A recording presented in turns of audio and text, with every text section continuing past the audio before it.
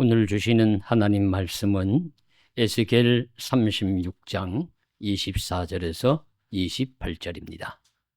내가 너희를 여러 나라 가운데에서 인도하여 내고 여러 민족 가운데에서 모아 데리고 고국 땅에 들어가서 맑은 물을 너희에게 뿌려서 너희로 정결하게 하되 곧 너희 모든 더러운 것에서와 모든 우상 숭배에서 너희를 정결하게 할 것이며 또 새 영을 너희 속에 두고 새 마음을 너희에게 주되 너희 육신에서 굳은 마음을 제거하고 부드러운 마음을 줄 것이며 또 내 영을 너희 속에 두어 너희로 내 율례를 행하게 하리니 너희가 내 규례를 지켜 행할지라. 28절 함께 보십니다. 내가 너희 조상들에게 준 땅에서 너희가 거주하면서 내 백성이 되고 나는 너희 하나님이 되리라. 아멘. 지난 8월 15일 트럼프와 푸틴의 미러 정상회담이 알래스카에서 열렸습니다. 알래스카는 지금은 미국 땅이라고 발표되고 인정되지만 본래는 러시아 영토였습니다. 그것을 1867년 720만 달러를 주고 미국이 샀습니다. 미국 국무장관 윌리엄 스워드의 주도하에 알래스카를 러시아로부터 우리 한화로 하면 약 100억 원 정도 되겠죠. 그 값으로 사게 되었는데 처음에는 많은 비난이 일었다고 합니다. 그렇게 쓸모없는 땅, 아무짝에도 쓸모없이 보이는 눈 덮인 얼음 땅, 그 땅을 왜 돈을 주고 사느냐, 쓸모없이 사느냐, 이렇게 비난을 했는데 1세기가 지나지 않아서 세계 역사상 최고의 거래, 최고로 남는 거래 되었다고 칭송을 받게 되었습니다. 그 안에는 어마어마한 유전과 광물이 있고 지금은 알래스카 관광 자원으로도 수없이 외화를 벌어들일 것이고 그리고 지정학적 위치로 보아도 러시아와 미국 그 인접해 있는 그 영토를 그렇게 사게 되었으니까 돈으로는 환산할 수 없는 큰 가치가 있는 것으로 여겨지고 있습니다. 자취하고도 땅의 넓이만 보더라도 알래스카의 크기는 제가 한번 이렇게 조사를 해보니까 우리 남한, 북한을 합친 한반도의 8배 정도 돼요. 8배 정도 되는 땅을 우리나라에 지금 고가의 집 한 채 값이 되는 100억 원으로 샀으니까 사실은 그저 산 것이나 그저 받은 것이나 다름이 없다, 그렇게 볼 수가 있습니다. 그때 윌리엄 스워드는 반대하는 의원들에게 나는 눈 덮인 알래스카를 보려고 그 땅을 사려는 것이 아니다. 그 안에 감추어진 무한한 보고를 보고 사자는 것이다. 나는 우리 세대를 위하여 그 땅을 사자는 것이 아니다. 다음 세대를 위하여 그 땅을 사자는 것이다. 이런 말로 설득을 했다고 하는데 그가 가진 통찰력은 대단히 대단하지만 그 이면에서 이러한 역사적 거래를 성사시킨 하나님의 은혜가 있었다. 우리는 그렇게 인정을 할 수가 있습니다. 그렇다고 볼 때에 하나님이 미국만이 아니라 세계 민주 진영에 준 하나님의 선물이라 그렇게 해석을 해볼 수도 있을 것입니다. 선물이란 것은 남에게 인사나 정을 나타내기 위해서 거저 주는 물건을 의미합니다. 대가나 조건을 붙이지 않고 주는 것을 선물이라고 할 때 이 선물은 은혜와 비슷한 말로 사용이 됩니다. 신앙의 세계에서 은혜는 하나님이 자격 없는 자에게 값없이 베푸시는 무조건적인 사랑과 자비를 의미합니다. 은혜는 어떤 대가를 바라지 않고 주시는 하나님의 선물인 것입니다. 그래서 종종 하나님은 우리에게 선물을 주세요. 은혜를 주세요. 선물꾸러기, 은혜 보따리 풀어주십니다. 그래서 구약에 오늘 말씀에서 포로기 이스라엘에게 하나님은 어떤 선물들을 주실까 하는 것이 말씀의 내용입니다. 오늘 본문은 구약 포로기 선지자인 에스겔의 말씀인데 포로기 예언자는 우리 예레미야, 에스겔, 다니엘과 같은 선지자들이 대표적입니다. 남유다 나라가 멸망하기 전후에 예언 활동을 했던 선지자들을 의미합니다. 그들의 내용은 우리 성경을 읽어보시면 좀 어려운 내용 중에 들어가요. 우리 에스겔서도 그렇고 예레미야도 그렇고 다니엘도 그렇습니다. 그런데 그 상징과 여러 가지 표현과 여러 가지 내용의 메시지를 여러 모양으로 주시지만 그 내용은 매우 분명하고 일목요연합니다.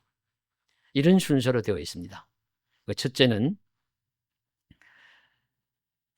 나라가 멸망당하는 이유를 말씀하시면서 유다 백성을 책망합니다. 말씀에 불순종하고 우상을 섬기거나 다른 신을 섬기며 하나님보다 다른 나라 열강의 힘을 더 믿는 이스라엘 유다에게 하나님이 징계하신다. 그래서 벌을 내리신다 하시는 것이 우리 첫 번째 내용이고요. 그 다음에 두 번째로는 그렇게 벌을 받는 이스라엘에게 회개하라고 명하십니다. 회개하고 돌아오면 하나님께서 용서해 주실 것이다 하시는 내용이 두 번째 내용이고, 세 번째는 아직 용서받지 못하고 고통받고 있는 이스라엘 백성들에게 위로하고 회복을 시켜주시겠다는 소망을 말씀해 주시는 것이 우리 세 번째 내용입니다. 그래서 하나님이 너희를 잊어버리지 않고 있다. 하나님이 여러분들을 여전히 사랑하고 있다 하는 것을 상기시키면서 위로하고 격려하는 내용이 우리 세 번째 내용이라고 볼 수가 있는데, 선지서는 대개 이 순서로 되어 있는데 오늘 에스겔서의 말씀도 우리 36장이니까 우리 48장으로 총되어 있는 에스겔서 중에 끝부분이에요. 끝부분이기 때문에 이 세 번째 내용, 고통받고 있는 백성들을 위로하시고 격려하시고 회복시키시겠다는 소망을 주시는 말씀입니다. 그래서 과연 하나님이 그들에게 어떤 말씀으로, 어떤 선물 보따리로 하나님이 이 백성들을 위로하시고 회복시키실까 하는 것이 오늘 말씀의 주요 내용이 되겠습니다. 크게 서너 가지인데요. 첫째로는 나라가 멸망하고 여러 민족 가운데 흩어져서 살고 있는 유다 백성들을 하나님이 다시 그들의 고국 땅으로 모으실 것이라고 말씀하심이 첫 번째 선물입니다. 24절을 보시면요. 내가 너희를 여러 나라 가운데서 인도하여 내고 여러 민족 가운데서 모아 데리고 고국 땅으로 들어가서, 인도하여 내고, 우리 옛날 개역 구판에서는 취하여 내고 그렇게 되어 있습니다. 취하여 내고. 이 말씀이 좀 강권적인 의미가 들어간 단어라고 해요. 강제적으로라도 취하여 내고 붙잡아 내고 이끌어내고, 안 나오려고 해도 탁 끄집어낸다는 거예요. 탁 끄집어내어서 모아 데리고서 어디로 데리고 들어가시냐? 그들이 그토록 그리워하고 사모하는 자기 고국 땅으로 딱 들어가서 살게 하실 것이다. 이런 의미가 말씀 속에 있습니다. 강하게 재촉하여 그들을 모아들이고 고국인 유다 땅 예루살렘으로 그들을 인도하여 그곳에서 다시 살게 하실 것이라는 말씀입니다. 나라의 회복, 국토의 회복을 의미합니다. 나라 잃은 백성들, 다른 나라의 포로로 가서 살고 있는 사람들, 그런 사람들이 되면은 자신의 고국을 얼마나 그리워할까요? 제가 예전에 부교역자로 섬겼던 교회에는 우리 이북 분들이 주로 교인들이신데, 그 한 장로님은 대표기도 하러 올라가시면은 우리 교장 선생님 하셨던 분인데, 이 기도를 하시다가 말건 엉엉 우세요. 꼭 이제 이북 얘기를 하시면서 북한의 동포들 하면서는 엉엉 예배를 드릴 때 대표기도를 하시다가 우니까, 그러니까 본인도 민망하고 교인들도 그냥 하실 때마다 그러니까 그렇게 하셔서 그렇게 기도하고 나서는 다음에 날 기도시키지 말라고, 나 기도시키면 내가 올라가면 울지 않을 수가 없다고. 그런 막 저절로 이제 그분은 참으려고 해도 눈물이 나올 정도로 그 고향 땅을 사모하는데, 우리나라도 옛날에 나라를 잃고 만주로, 러시아 연해주로, 또 우리 일본으로 그렇게 징용을 가거나 그렇게 간 분들이 얼마나 이 고국 땅을 그리워하겠습니까? 이스라엘 백성들도 마찬가지입니다. 바벨론에게 나라가 포로가 되고 멸망이 되어서 강제적으로 여러 민족으로 여러 곳곳으로 흩어졌으니 그들이 자기 고국을 사랑하고 그리워하는 마음은 너무도 간절할 것입니다. 그래서 시편 137편에 보시면 우리가 바벨론의 여러 강변 거기에 앉아서 시온을 기억하며 울었도다. 그 중에 버드나무에 우리가 우리의 수금을 걸었나니 이는 우리를 사로잡은 자가 거기서 우리에게 노래를 청하며 우리를 황폐하게 한 자가 기쁨을 청하고 자기들을 위하여 시온의 노래 중 하나를 노래하라 하미로다. 우리가 이방 땅에서 어찌 여호와의 노래를 부를까? 포로로 잡혀가서 이곳저곳 흩어져서 살다가 자기가 살고 있는 강가에 흐르는 물을 보면서, 강물을 보면서 고향을 그리워합니다. 그래서 바벨론 강가에서 수금을 버드나무에 걸어놓고 치면서 노래를 불러야 되는데 차마 노래가 나오질 않아요. 그러니까 이 이방 나라 사람들은 놀리듯이 조롱하듯이, 야, 너희 고국의 노래 한번 불러봐. 너희 나라는 어떤 노래 부르니? 그런데 내가 어떻게 이 하나님의 노래, 여호와의 노래, 고향의 노래를 그들 앞에서 부를 수가 있겠는가 하는 그런 아픈 마음, 간절한 마음을 표현하는 그런 시편의 말씀이 시편 137편의 말씀입니다. 이럴 정도로 고향 잃은 백성, 나라 잃은 백성이 사모하는 것이 국토와 국권의 회복입니다. 이러한 강제로 고향을 떠나고 힘이 없어 나라를 잃고 자신의 땅을 떠난 유대인들의 애환과 마음을 담은 노래가 또한 베르디의 오페라 나부코의 히브리 노예들의 합창이죠. 들어보시면 장엄하고도 애잔합니다. 가슴이 뭉클해집니다. 한국어로 번역한 가사를 보면요, 이렇습니다. 가라 내 마음아 황금빛 날개로 언덕 위에 날아가 있으라. 아름답고 정다운 내 고향, 산들바람 불어주는 내 고향, 요단강 강물에 인사하고 시온성을 바라보네. 슬픔에 지친 나의 몸 고향 찾아 날아가네. 아, 내 고향, 고향이여 황금빛 날개 타고 날아가네. 날개가 있으면 날아서라도 고향을 가고 싶다.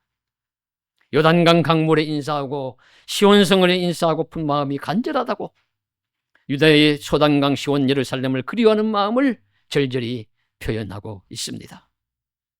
다니엘도 어린 시절에 유대의 포로로 잡혀간 소년 중에 하나인데 재능이 출중하고 지혜가 출중해서 이제 나라마다 요직에 잘 쓰임받았죠. 그래서 바벨론에서도 중책을 사용하다가 바벨론이 망하고 페르시아, 바사가 나라가 들어섰는데도 여전히 중용이 됩니다. 얼마나 높은 자리에 있었냐면요. 그 이제 제국이니까 큰 나라, 고대 제국, 큰 나라인데 그 나라를 120개로 나누어서 우리나라 같으면 도지사처럼 도지사를 두고 그 위에 3명의 총리를 두었는데 그 3명의 총리 중에 하나가 다니엘이었습니다. 왕은 다니엘을 신임해서 이 3명 중에서도 최고로 높이려고 했습니다. 그때 이제 다니엘서 6장에 나오는 말씀이 무엇이냐 하면 다니엘을 향해서 어디든지 다른 신이나 뭐 그게 절하거나 기도하는 내용이 나오면은 사자굴에 넣는다는 왕의 의인이 찍힌 줄 알고서도 다니엘이 하루 3번 예루살렘을 향한 창을 열고서 기도했다. 하나님을 향한 믿음도 간절하지만 자기 고국을 사랑하는 마음, 사모하는 마음 또한 얼마나 간절했는지를 보여주시는 말씀입니다.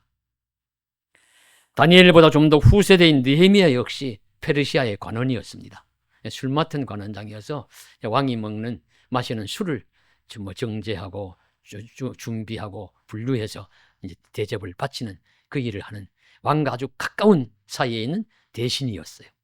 역시 자기 한 몸 편안하고 높은 자리에서 잘 살 수 있었을 것입니다.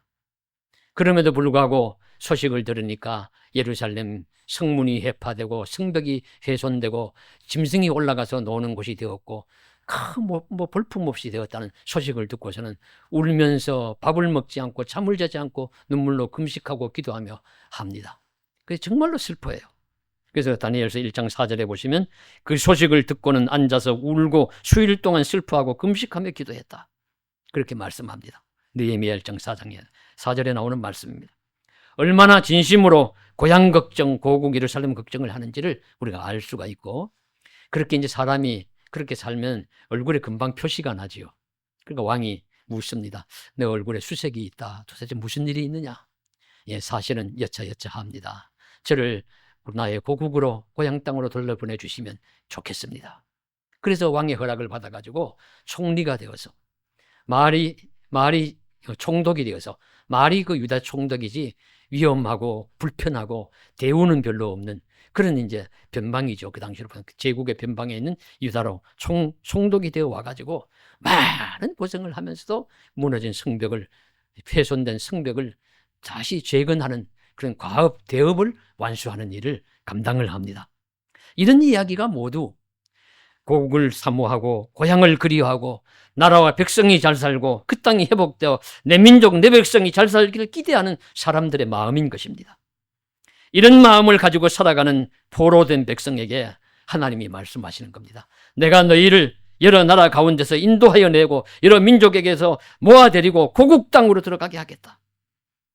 이보다 더 큰 선물이 어디 있습니까? 이보다 더 큰 은혜가 어디 있겠습니까?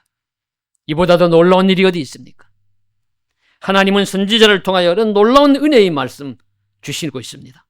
그래서 오늘 우리들에게도 이런 놀라운 소망과 격려의 말씀, 회복의 말씀을 주시기를 원합니다.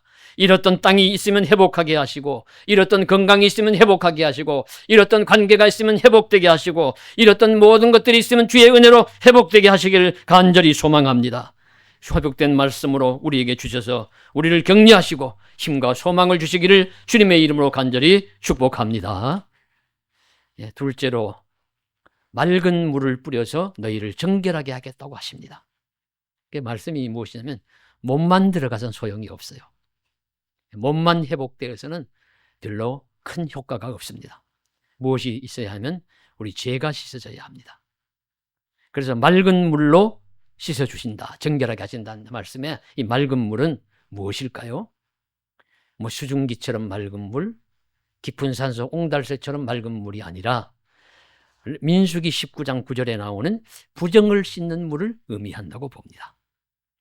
부정을 씻는 물은 암송아지 새끼를 태워서 제사를 드리고 그 재를 모아가지고 분류해서 두었다가 이제 정결케 하는 이런 이제 성소에 쓰는 성전에 쓰는 물건들을 정결케 하기 위해서 그 재를 맑은 물에다가 섞어가지고 그 물을 뿌리는 것을 의미합니다. 그것이 제위용 정결한 물입니다. 정결의식에 사용되는 정결한 물입니다. 그렇게 깨끗한 물, 그 깨끗하고 맑은 물, 그 물을 이스라엘 유다 백성에게 뿌리겠다는 것은 죄를 용서해 주시겠다는 뜻이에요. 죄를 사하여 주신다. 모든 더러운 것이나 우상숭배와 같은 죄에서 그들을 깨끗하게 씻어주실 것이란 의미입니다. 그래서 너희 죄를 씻어주시겠다. 육체의 회복을 주신 다음에 땅의 회복을 주신 다음에 그 다음에는 죄를 씻어서 마음을 정결케 해주시겠다는 뜻이죠. 맑은 물로 정결하게 씻어주는 것입니다. 목보다도 검은 죄를 흰 눈처럼 깨끗하게, 주홍같이 붉은 죄를 양털처럼 희게 하는 것입니다.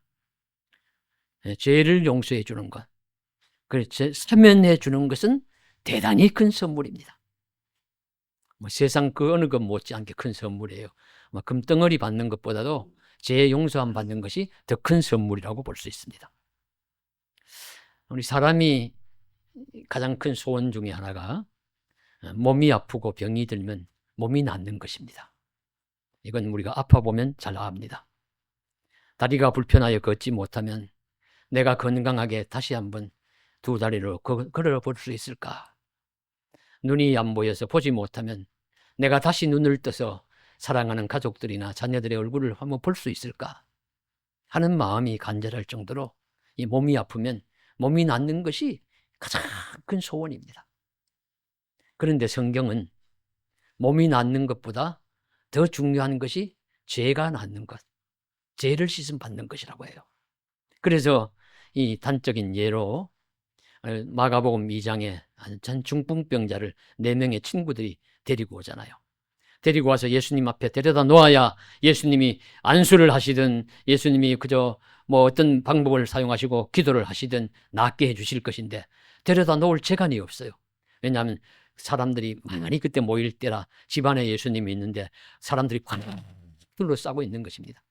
앉아서도 있고 서서도 있고 사람을 메고 들어갈 수가 없어요. 그러니까 이 사람들이 생각한 것이 무엇이냐면 아마 유대의 지붕이 허술했던가 봅니다. 평평하고 그 지붕으로 올라가서 달아내렸죠. 아마 끈으로 해서 그 침상째로 그 환자를 예수님 앞으로 달아내렸습니다. 앉아서 말씀을 하시던 예수님이 보니까 위에서 천장이 무너지더니만 하나 둥둥둥둥 내려오는 겁니다. 얼마나 놀랐겠습니까? 모두가 다. 그러나 그들의 그 수고와 헌신과 마음을 예수님께서 보시고 갸륵하게 보시고 그들의 믿음을 보시고 예수님께서 그 사람의 병을, 중풍병을 낫게 해주십니다. 낫게 해주시는데, 낫게 해주실 때의 말씀이 무엇이냐면, 소자야 내 죄사함을 받았느니라, 이렇게 말씀하세요. 이것은 예수님께서 육신의 병만 고치실 뿐 아니라 죄사함을 받아주시는 능력도 있으시는 것을 말씀해 주시는 것인데, 또 달리 표현하면은 인생이 간절히 바라는 병이 낫는 것도 중요하지만 그보다 더 중요한 것은 죄를 용서함 받는 것이다 라는 의미도 있습니다. 왜냐하면요, 우리 육신의 병은 낫는다고 하지만 그렇게 오래 가지 못합니다. 사실 오래 가지 못해요. 10년, 20년 지나면 또다시 아프고 결국 우리 육신은 병들어서 죽을 수밖에 없는 것이 우리 인생의 길입니다. 그러나 영원히 죄 용서받는 것, 이것은 영원한 길입니다. 더 큰 선물입니다. 그래서 우리 기독교는 병이 낫는 것보다 죄를 용서받는 것을 더 귀하게 봅니다. 이 죄는 하나님, 예수님, 성령님만이 우리를 용서해 주실 수 있습니다. 그래서 나다나엘 호손에 주홍글씨가 쓰여진 이래로 주홍글씨란 말이 우리 성행하고 있죠. 특정 잘못이나 죄에 대한 사회적 낙인, 꼬리표 같은 것을 의미하는데, 한번 찍히면 영원히 지워지지 않는 따라다니는 부정적인 이미지를 비유하는 말이 됩니다. 그래서 죄는 주홍글씨와 같아요. 잿물로 씻어도 씻어지지 않고 아무리 성능이 좋은 비누로 씻어도 씻어지지 않습니다. 아무리 문질러도 죄는 씻어지지 않습니다. 어떻게 죄는 씻어집니까? 예수를 믿어야 씻어집니다. 예수님만이 죄를 씻으실 수 있습니다. 그래서 예수님 앞에 나와서 예수님의 용서함을, 죄사함을 받아야 하죠. 빌라도가 예수님을 십자가에 못 박는 죄를 저질렀습니다. 그는 사람들의, 유대인들의 강요와 강압에 의해서 자기가 권력을 유지하려고, 자기가 통치하는 그곳에 뭐 어려운 일이 일어나서 자기가 해임되지 않으려고 그렇게 자기가 잘못하는 일인 줄 알면서 했다고 보여져요.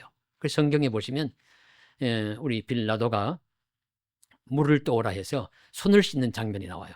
손을 씻으면서 나는 이 사람과 아무 관계가 없다, 너희가 받아라. 근데 그렇게 손을 씻는다고 그 죄가 없어지는 것이 아닙니다. 빌라도의 이후의 삶을 보면은 사마리아 사람들이 성지순례하는 그 행렬을 많이 살해했다고 해서 로마 황제에게 빌라도가 추방받고 소위 말하면 파면을 받습니다. 그리고는 파면된 다음에 빌라도의 행적이 어떠했느냐 하면은, 그는 정신착랑 증세를 일으키고 매일 손을 씻는 행위를 하면서 살았다는 이야기가 있습니다. 그 죄가 진정으로 씻어지지 않은 거예요. 그러니까 그 행동을 하면서 이제 살았다는 이야기가 있듯이, 죄 없는 예수를 십자가에 언도하여 죽게 한 죄가 주홍글씨처럼 그의 마음에 평생에 남아서 해결되지 않았다는 이야기를 하는 것입니다. 죄는 사람 누가 용서하고 사면해 줄 수 있는 것이 아닙니다. 인생과 역사의 주인이신 하나님만이 하실 수가 있습니다. 사람의 죄와 허물을 깨끗하게 씻어주실 분 하나님, 의로우신 예수님밖에 없습니다. 그래서 우리는 신앙을 갖습니다. 우리는 믿음을 가지는 것입니다. 만일 우리가 우리 죄를 자백하면 그는 미쁘시고 의로우사 우리 죄를 사하시며 우리를 모든 죄에서 우리를 용서하실 것이고 우리를 모든 불의에서 우리를 깨끗하게 하실 것이라고 요한일서 1장 9절에 말씀하시고 있고요. 그리고 로마서 8장 1절 2절에도 그러므로 이제 그리스도 예수 안에 있는 자에게는 결코 정죄함이 없나니 이는 그리스도 예수 안에 있는 생명의 성령의 법이 죄와 사망의 법에서 너를 해방하였음이니라고 말씀하십니다. 예수님을 믿음으로 말미암아 맑은 물과 같은 역할을 하는 성령이 우리를 깨끗하게 하사 우리를 모든 죄와 사망의 법에서 구원하여 주심으로 다시는 정죄함이 없을 것이라는 놀라운 선언입니다. 이것이 진짜 사면입니다. 그래서 예수님께서 병을 고쳐주시고도 문둥병자, 중풍병자, 맹인 등 고쳐주시고도 그보다 더 중요한 것은 죄를 용서함 받는 것이라는 것을 깨닫게 하시려고 안심하라, 내 죄사함을 받았느니라 이렇게 말씀하시고 가서는 다시는 죄를 짓지 말라고 말씀하십니다. 병 고쳐주시고는 죄 짓지 말라고 말씀하시는 것은 죄 용서함 받았다는 것이 그만큼 중요하다는 것을 가르쳐 주시는 말씀입니다. 그래서 오늘 우리들도 예수님을 믿음으로써 이 놀라운 선물을 받았어요. 저와 여러분, 예수를 믿음으로 말미암아 주홍글씨처럼 따라다니는 죄가 씻어졌습니다. 십자가 보혈로 씻어졌습니다. 이 놀라운 선물을 주신 것입니다. 참 사면을 해주신 것입니다. 이 놀라운 선물을 귀하게 여기고 더욱 강한 믿음으로 살아가는 저와 여러분 되시기를 주님의 이름으로 간절히 축복합니다. 셋째로 새 영 새 마음을 주시어 우리의 굳은 육신에서 굳은 마음을 제하고 부드러운 마음을 주실 것이라고 하십니다. 죄로 인하여 굳어져서 평생 풀리지 않는 마음으로 산다는 것은 지옥 같은 삶입니다. 환경이 평안하고 다 불평함이 없고 다 조건이 잘 갖추어져 있어도 마음이 어둡고 마음이 돌같이 굳어져 있고 마음이 악독하고 그러면요, 그 사는 것이 천국이 아니고 지옥과 같아요. 부딪히는 곳곳마다 사람하고 부딪히고 곳곳마다 그저 자기 자신과도 부딪혀서 자기 자신과도 늘 불편하고 이웃과도 불편하고 하나님과도 불편하고 그렇기 때문에 복된 삶을 살아갈 수가 없습니다. 그래서 우리의 마음의 평안함을 주셔야 됩니다. 부드러운 마음을 주셔야 됩니다. 맑은 물로 씻어준 다음에 우리 마음이 부드럽고 깨끗하게 해주셔서 이 부드러운 마음으로 살게 해주셔야 우리가 하나님의 은혜에 복된 백성이 될 수가 있습니다. 바로 그래서 죄 씻음 받은 그들에게 새 영과 새 마음을 주시어 부드러운 마음으로 새로운 삶을 살게 하시겠다는 것이 하나님이 자기 백성에게 주시는 세 번째 선물입니다. 그리고 새 영을 주어서 하나님의 영이 강력하게 임재하시어 그들로 하여금 하나님의 율례를 잘 지키게 하시겠다. 이제는 너무 힘들지 않아도 말씀을 잘 지키는 삶을 살게 돼요. 우리 믿음이 깊어지면은 억지로 예수님 잘 믿으려고 몸부림칠 거 없습니다. 저절로 예수님 잘 믿고 말씀 잘 지키는 삶을 살아가게 됩니다. 그런 상황까지를 인도해 주시는 것이죠. 그 말씀의 경로가 참 세심합니다. 처음에는 국토를 회복시키셔서 몸을 들어가게 하세요. 몸이 들어간 다음에는 거기에 살아가던 합당한 자로 되다가 되도록 죄를 씻어주세요. 죄를 씻어준 다음에는 그곳에서 다시는 죄를 짓고 살지 않도록 열심히 말씀대로 살아갈 수 있도록 몸과 마음에 부드러운 영, 부드러운 마음을 주셔서 그곳에서 말씀을 잘 지키면서 법을 잘 지키면서 살게 하십니다. 이런 성숙한 신앙의 모습으로 살게 하시는 것이 하나님의 뜻이요 하나님의 선물입니다. 이런 동화를 하나 드리겠습니다. 너무 잘 아시는 동화일 텐데요. 어린이 동화에 소가 된 게으름뱅이 있죠. 소가 된 게으름뱅이. 옛날 어느 마을에 돌쇠라는 아이가 있었답니다. 덩치도 크고 힘도 좋은데 말도 못하는 게으름뱅이에요. 눈만 뜨면 밥을 찾고 틈만 나면 배만 부르면 잠자기를 좋아합니다. 들판에서 농부들이 땀 흘리며 일하는 것을 보고는 이해가 안 돼요. 저 사람들은 왜 저렇게 힘들이면서 땀 흘리며 일할까? 이해하지 못해서 고개를 흔듭니다. 그러다가 하루는 나무 밑 그늘에서 쉬고 있는 소를 발견하고 소를 부러워해요. 저 소는 시원한 나무 그늘에서 놀면서 잠만 자네. 소가 너무 부러워서 돌쇠가 이제 부러워하니까 이 돌쇠에게 어떤 할아버지가 그 모습을 보고서 너 소가 부럽니? 예. 그러면은 내가 주는 그 탈을 쓰면은 소의 탈을 쓰면 진짜 소가 될 수 있다. 그러니까 그 말을 듣고서는 그 탈을 받아서 썼어요. 쓰니까 정말로 소가 되었답니다. 근데 소가 된 다음에는 당장 후회하기 시작했죠. 소가 된 돌쇠는 아침부터 저녁까지 밭을 갈고 짐을 나르고 일을 해야 했습니다. 편하게 놀고 늘어져 자고 싶어 소가 되었는데 오히려 더 힘들게 일하고 마른 볏집에 풀 섞인 밥에 새똥천지 냄새나는 외양간에서 살아야 하고 쉽고 평안한 일이 하나도 없습니다. 조금만 쉬려고 해도 농부가 때리는 채찍이 엉덩이로 날아듭니다. 그야말로 게으름을 피울 수 없는 삶이 된 것입니다. 그런 죽을 고생을 하다가 이제 다시 돌쇠가 사람으로 돌아오죠. 이제 여기가 문제입니다. 다시 사람으로 돌아와서는 돌쇠는 어떤 삶을 살았을까요? 아유, 이제 살았다. 내가 이제 사람이 되었으니 실컷 잠자고 실컷 놀고 실컷 그냥 게으름을 피우며 살자라고 했을까요? 아니면은 엄마 부르면서 집으로 달려가서 엄마를 반가이 기쁘게 안고 게으름을 다시는 피우지 않고 착하고 부지런한 돌쇠가 되었을까요? 후자입니다. 다행히. 부지런한 돌쇠가 되었어요. 만일에 옛날로 다시 돌아갔다면은 뭐 꿈이든 생시든 간에 그렇게 소가 되어서 고생했던 것도 다 헛일이 되고, 사실 사람으로 만들어준 그 은혜도 별로 큰 효과를, 힘을 발휘하지 못할 겁니다. 그러나 다시 그런 게으름뱅이로 돌아간 것이 아니라 부지런한 사람이 되어서 신실하게 열심히 착하게 살았다는 것은 우리 성경적인 신앙적인 이야기입니다. 신앙의 힘이 그렇게 만들어줄 수가 있는 것입니다. 마치 오늘 말씀에서 새 마음과 새 양을 받아서 하나님의 율례와 규례를 잘 지키는 신실한 백성이 되었다는 것과 같은 이야기입니다. 사울이 다메섹 도상에서 강한 빛과 음성을 듣고 눈에 시력을 잃어요. 그래서 사람들에게 매여가지고 어떤 집으로, 다메섹에 있는 어떤 집 안으로 들어가지요. 집 안으로 들어가서 이제 밤낮 삼일을 먹지도 않고 자지도 않고 이게 도대체 어떻게 된 일이야 생각하는데, 이 하나님의 계시를 받은 우리 성도인 아나니아라는 사람이 와가지고 이 바울을 안수해서 다시 보게 합니다. 이 보게 된 바울이 어떻게 되었습니까?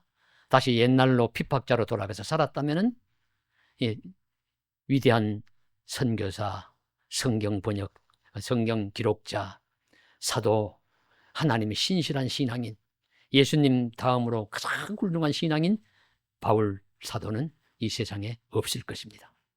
그는 새 영과 새 마음을 받아서 새로운 말씀을, 하나님 주신 말씀을 그대로 잘 그것대로 이해하고 예수님의 말씀을 잘 기억하면서 새 마음을 가지고 새 영을 받아서 하나님의 규례를 잘 지키는 복된 사람이 되어서 하나님의 백성으로 잘 살아갈 수 있었기 때문에 그 위대한 바울이 탄생한 것입니다.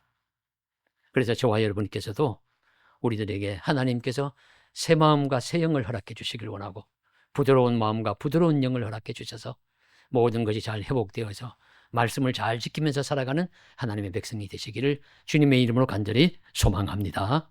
기도드리겠습니다. 사랑하는 하나님 아버지, 하나님께서 말씀하셨습니다. 너희가 내 말을 잘 듣고 내 계명을 지키면 너희는 내 백성이 되고 나는 너희 하나님이 되리라. 요한계시록 21장 7절에서는 나는 그의 하나님이 되고 그는 내 아들이 될 것이라 또 말씀하셨습니다. 부모 자녀의 관계가 잘 회복되듯이 하나님과 우리 사이의 관계도 잘 회복되게 하여 주시옵소서. 우리가 살고 싶은 그곳 영원한 하나님 나라를 회복하여 잘 들어가서 살게 하시고, 살아갈 때 꼭 필요한 합당한 우리 재시샘의 역사가 일어나게 하여 주시옵시고, 깨끗한 몸과 마음으로, 정결한 마음과 가지고 부드러운 마음으로, 정결한 몸으로 하나님 앞에 쓰임받는 귀한 하나님의 신실한 백성이 되도록 은혜로 축복하여 주시옵소서. 하나님의 백성이 되는, 하나님의 자녀가 되는 그는 종을 주셨사오니 거기에 합당한 삶을 살 수 있도록 힘 주시옵소서. 도와주실 줄 믿사옵고 감사드리오며 예수님 이름으로 간절히 기도드리옵나이다. 아멘.